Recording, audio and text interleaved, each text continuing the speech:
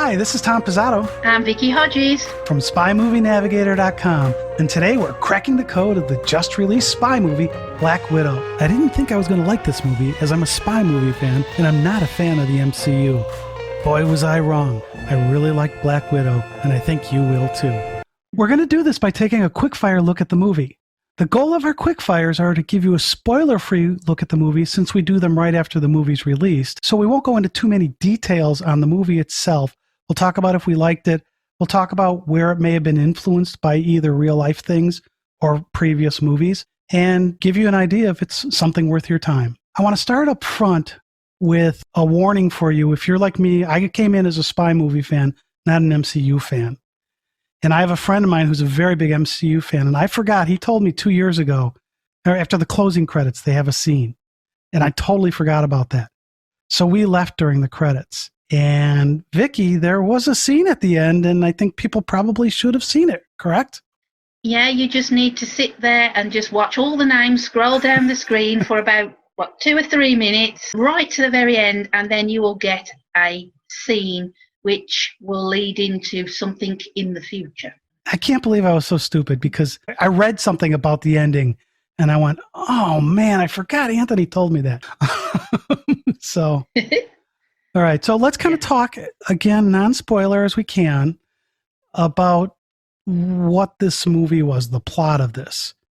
So again, I'm coming to this from a non-MCU fan. In fact, prior to seeing the movie, I had only seen 2 of them. I watched the prior 2 MCU movies the day before, and then I saw this. I went to this because it was supposed to be a spy movie. And since we're a spy movie navigator, this definitely made sense for me to do. I did not want to look at it as an MCU movie, nor did I want it to be like the Avengers. I hate those movies where they've got characters that morph into things or animals that are taking on human-like roles. And there's some of that in the Avengers, and it's why I don't like Star Wars. That's not what I like. And fortunately and happily for me, this movie isn't that. This movie was a spy movie. Yeah, the end fight scene, there's always an end fight scene. That was a little MCU-ish, but it didn't have all these goofy characters in it. So I really like this movie. What about you, Vicky? I actually rate this one of the higher films in the Marvel run of films because of the spy element. It's essentially a prequel set after the events of Captain America's Civil War. But if you aren't, as Thomas said, a MCU fan, you can go and see this as a standalone film. You don't need to have seen any of the other films to enjoy this one. Yeah, I mean, it's about, the whole thing's about Natasha Romanoff, who's a spy in the MCU, and it's really about her adventures. Yeah, it's essentially her origin movie, the origin of her character. Yeah. Like we've had with Wolverine and a number of other characters. This is her origin. She's a trained assassin, and it shows you how she leads to this. And the timing of it's weird to me because, like I said, I watched the last 2 Avengers movies before I saw this, and she appeared to die in the Avengers Endgame. So I'm like, why are we seeing her as a young person and then now as an adult when I thought she died? I thought that was weird, timing-wise. Well, as I say, when they do these origin-type films, they want to show you where it starts and, what influences things that happen to her, as we've seen, her older presence. Mm-hmm. I can't rate it highly enough, to be honest with you. In fact, I would like to see it again. Yeah. That's how much I like it. Yeah, I was shocked that I liked it as much as I did. And when I say that, I'm not degrading it at all because I really liked it. Yeah, yeah. And it has so many influences of other films. Absolutely. That it draws on. And you find yourself sitting there going, yes! And that's what I found myself doing. Why don't you talk a little bit about some of those influences? Without giving the scenes away in Black Widow, let's talk about some of the movies that might have influenced Black Widow. Yeah, I mean, key ones, you've definitely got Bond in there. Yes. Lots of things for Bond, to be honest with you.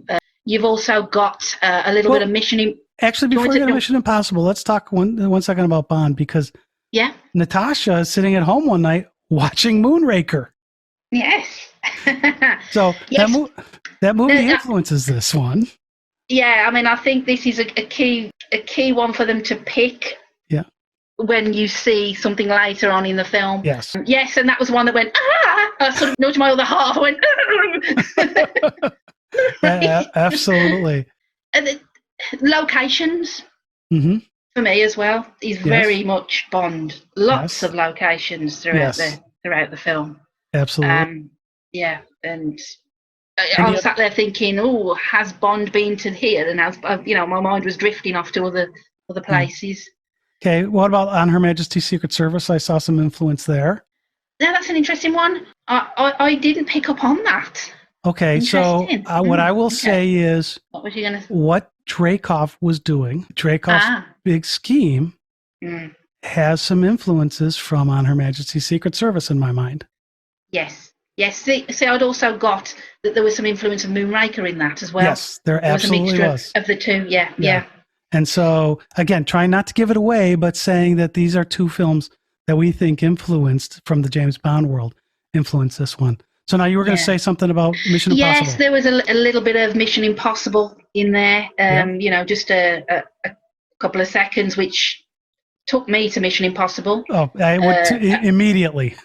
yeah. And that, again, I think I leaned over and said Mission Impossible. I also got a little bit of Star Wars in there from costume. I saw the first Star Wars, and that's the only one I've seen. So there's a little bit of costume, and I think it might be a little bit of a nod to Star Wars, which would be then a nod to Moonraker. Right. So it sort of crescendos on. There was also a very big influence in my mind from the Jason Bourne trilogy, especially from Bourne Ultimatum. I really think there's a very important influence there. And if you're not a Bourne fan, you might not pick it up. I watched that, and I went back and watched the first three Bourne movies again because I couldn't remember which one it was in. So it was in the third one. Yeah. Huge influence. Just going back to Bond, you've pretty much, of course, got some very high-end stunts, and also that links to Mission Impossible. Yes. And, of course, a supervillain, which, again, is Bond. With a lair. But without really copying, it's more of a homage to each of these things rather than it just being... You see influence without it saying we're copying it. Any other TV or movies that you came up with? Because I've got two more to talk about. Not from me. More connections with perhaps the cast. Okay. That I picked up on. Yeah, we'll talk about the cast in just a second. So there are two other things that I kind of wanted to point out from influences. And the first was there was a TV show called The Americans. I don't know where in the world it showed. It was here in the U.S. I don't know where else you could see it. I don't want to give anything more away than that. But there is a very particular scene that was heavily influenced by that show. That show was based on real world events. This scene is a very heavy influencer of it. So if you're a fan of The Americans, when you see that scene, you're going to be, that's what Tom was talking about. And if you like The Americans, I do know of the program, but I haven't watched it myself. Okay. But I do know it's been highly spoke of. Yeah. The last influence, and this is a stretch, especially because Drakov has been around for a while. When I first heard it in the theater, I thought they were calling him Draco. Yes. That V wasn't there when I heard it. And it could just be because I was slanted that way. And if I think about in movies, you have Draco Malfoy, who was Harry Potter's big rival in the Harry Potter movies. You've got Mark-Ange Draco, who's the crime boss in On Her Majesty's Secret Service. And then here, Drakov is the villain, but there's this V. So again, I'm taking a stretch here. Okay. Yeah. I'm going to take some liberties here. So one of the translations of the word Draco is dragon. And if you look at Merriam-Webster, under dragon, it talks about a violent, combative, or very strict person as a person, someone formidable or baneful. And I think those two nail Drakov here. But now here's where I go out on a ledge here. There's a video game, that has a character called the Ultimate Dragon, who's posted talking about the fact that there is a character called Drake in that video game, which is a lower class of dragon. The Russian translation of Drakov is Drake, at least according to Google. So is this whole dragon tie-in part of it? I don't know, but I looked at it and thought that that could have influenced his name. But again, given that Drakov's been around for a while, I don't know if that's valid. That was just something I picked up on. Yeah, well, they sort of, you said Drakov and Drax. I mean, I know it's not quite the same, but it's going in the direction of as well. The Drax from Moonraker. So. Yeah, exactly. Yeah, and I don't know what that translates to. That could be dragon as well, for all I know. So, one other thing before we get into the characters that I thought was kind of interesting was when you watched the previews, when you were in the theater watching, because you saw this in a theater, right? Yes. Yeah, so did I. They didn't have a No Time to Die preview. They had The Kingsman, and almost everything was a Disney-based movie. So I think that might have been why they may have only been previewing their movies. But I did have No Time to Die. You did? Okay, so I did not. So. I only had that one. That's the only one I had. We had 25 minutes of previews. In the US, that's how they do it. They say the movie starts at 11 and the movie started at 11:25. Yeah, by the time, yeah. So, all right, so let's go and talk about the cast. Obviously, Natasha, the lead, Black Widow, Scarlett Johansson, taking that role forward. And I thought she did a great job here. My wife, the first thing she said when we got out of the theater was, Scarlett Johansson was really good in that. She's a good actress, and I think she takes on that role well. Yeah. It suits her, I think very good. And she says this is her last go around as Natasha, and given that we saw her die in Endgame, I guess that makes sense. Yeah. All right, there's another character, and I'm only going to refer to the characters by the first name without telling you who they necessarily are, because if I do that, we'll be giving some of this away, especially the beginning of the movie. There's a character, Elena, played by Florence Pugh, who I absolutely thought was fantastic in that role. Yeah, I think she was the standout person in the film. Yeah. Now, she also got the best lines in the movie. Yeah, she was just really good. She just looked good, and action scenes were good with her. She was funny, she is. Yeah, so spot on casting there. Spot on casting. With the way before the ending credits ended, it kind of looked like maybe they'll have her back in other roles or in other movies. I might want to go see those, even if they are the other kind of MCU movie. We'll see. All right. So the next name then is David Harbour.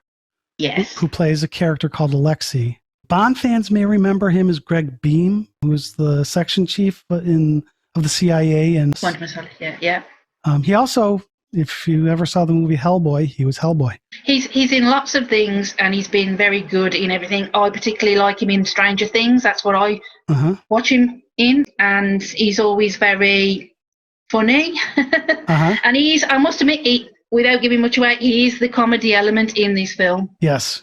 Yeah. Very much so. And he played that really well, too. Yeah. He did a good job with that. All right. Now, since I mentioned Quantum of Solace, another alum there, Olga Kurylenko.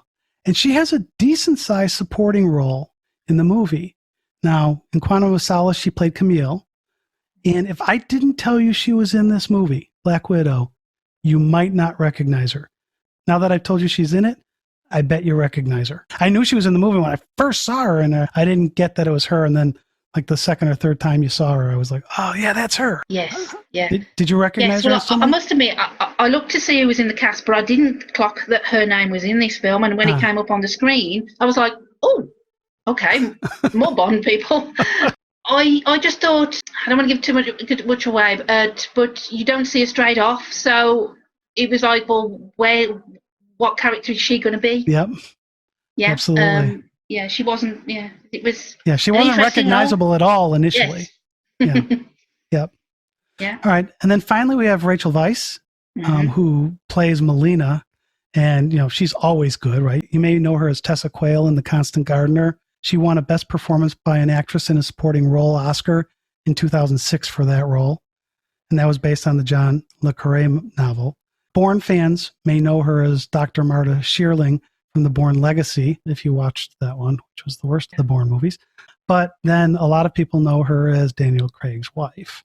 Yeah. And I only mentioned that because she was on one of the late night talk shows here in the U.S., and then I've seen it reported on since she talked about this. They were trying to figure out, when do we release Black Widow in the theaters? We've got this No Time to Die monster that we're going to have to be up against at some point to some degree. How do we stay away from it? If we only knew what they really were going to do on the release. And Rachel said, I'm sitting there and I hear Daniel walking down the stairs. And she's like, I don't even know if these people realize it. I'm Daniel's wife. And I kept thinking to myself, well, do you want me to just ask Daniel?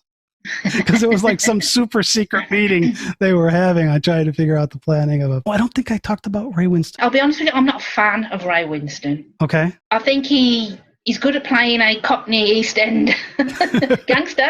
Uh-huh. But not so much in other things, doing other things. But I'm not going to take anything away from the performance that he did. But he was probably, for me, the weakest of the main characters. Okay. You know, I thought he played a pretty good bastard. And his role, he was Drakov. He's mentioned in other MCU movies, but he was not in any of Drakov. No. The character wasn't in it, right? This is the first time you actually see Drakov, right? Yes. Okay. And also there's a character in there called Mason. I can't remember the actor's name, but he was a good tie into Q from the Bond films. Yeah, the guy who could get the gadgets. Yeah. Nope, that's good. Yeah, I like that. That's a good tie. There's one big thing for me there that we haven't talked about. And I love the preponderance of women's roles in this movie and how they did the women's roles in this movie. Yeah. Almost all of the fighting is done by women. And importantly, unlike some earlier MCU or other spy movies, they fought dressed like they were a spy fighting, not in a ninja costume, no high heels, no tight skirts, nothing like that. They were dressed for the role they were supposed to be doing. There was none of this, I've almost got him, but I need a man to finish the job. There was none of that. These women were in charge. They took charge of what was up, and they did their jobs. You didn't have any of the stuff we normally see there. And I think it's great, especially when I think about in No Time to Die, we see pictures of Paloma fighting in a dress. Yeah. If you saw the debacle of a movie in 2019, Charlie's Angels, sometimes I didn't know what the heck they were wearing. Here, the women had strong roles, and they looked the part for the role they were playing. Yeah. Which I really thought was great. Yes. And it's brought me to thinking about the fight scenes and how they were choreographed. Because they were so entertaining. It brought back, again, a couple of links to different films. Pretty much reminded me of John Wick and the fight scenes, very stylized fighting, and also elements of Kill Bill. I was almost thinking of threw me off onto that sort of because she was quite a powerful character in that film, and with what she got on, which is similar to the things that we're seeing in this film. Yep.